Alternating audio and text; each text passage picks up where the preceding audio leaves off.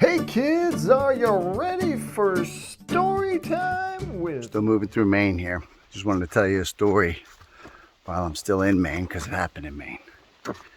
I was hiking with someone else, which is rare, but I was. And I actually hiked with her for a while, like 3 hours probably. She was a local person, day hiker. And must have been a captivating conversation because, like I said, I hiked with her for hours, and she's much faster than me. So I had to work to keep up with her. But a disturbing thing happened during the conversation. After I had been with her a while, certainly hours, she mentioned that when she was young, she would visit her grandparents in Percy, which is near Harrisburg. And I immediately said, Percy's not near Harrisburg. She said, you know where Percy is? And I said, yeah, because I lived within 25 miles of Percy for my entire life, so I know Percy. So, but here's where it gets weird for me, because normally, if I hear something like the name of a town that I know very well, then immediately there's a deluge of memories and thoughts and a satellite map and significant places and significant conversations and everything about that place immediately appears behind my eyes. But that did not happen at all. And then I tried to think about something about Percy, and I still couldn't. The only thing that I said was, my daughter makes fun of a GPS when they pronounce it Percasey instead of Percy. So then I think a couple minutes went by and I tried again and I still couldn't. And so then I stopped trying. And then a little while later she moved on. And then of course I was able to remember everything. And then now, a week later, I could fill a set of encyclopedias with what I know about Percy. So I've come to the conclusion that what happened was, when the request came into the control room here for everything we know about Percy, the request was denied because the body was working so hard.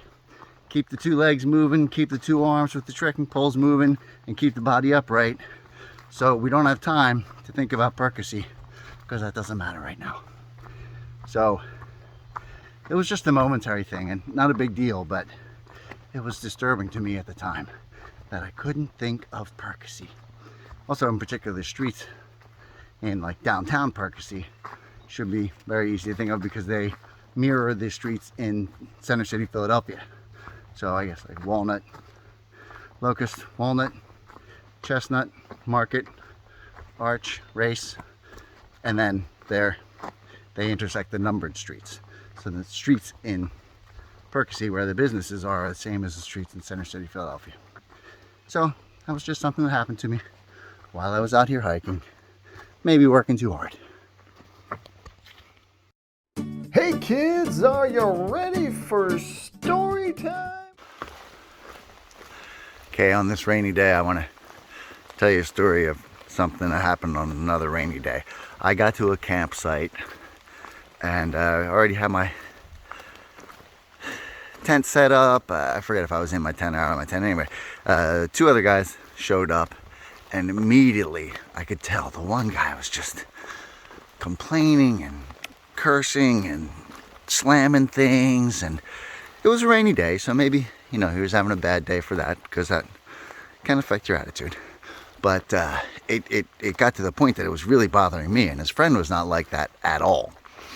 And it bothered me so much that I convinced myself that every time I heard him complaining and slamming something, like you could hear it every time he opened or closed a zipper, you could hear how mad he was, that I would hear Gene Kelly singing in the rain. And then that quickly got to the point where I was disappointed when I didn't hear him complain, because then I didn't hear Gene Kelly singing in the rain. So then in the morning, he starts up. He's like, the first thing he says is MF this and F this, and of course this doesn't work, and of course this does. It was funny how uncomfortable he was.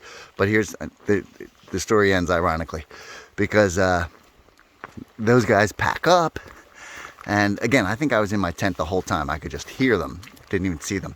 Those guys pack up, and then the complainer gets out his phone and he holds it up, and he immediately becomes Katie Couric.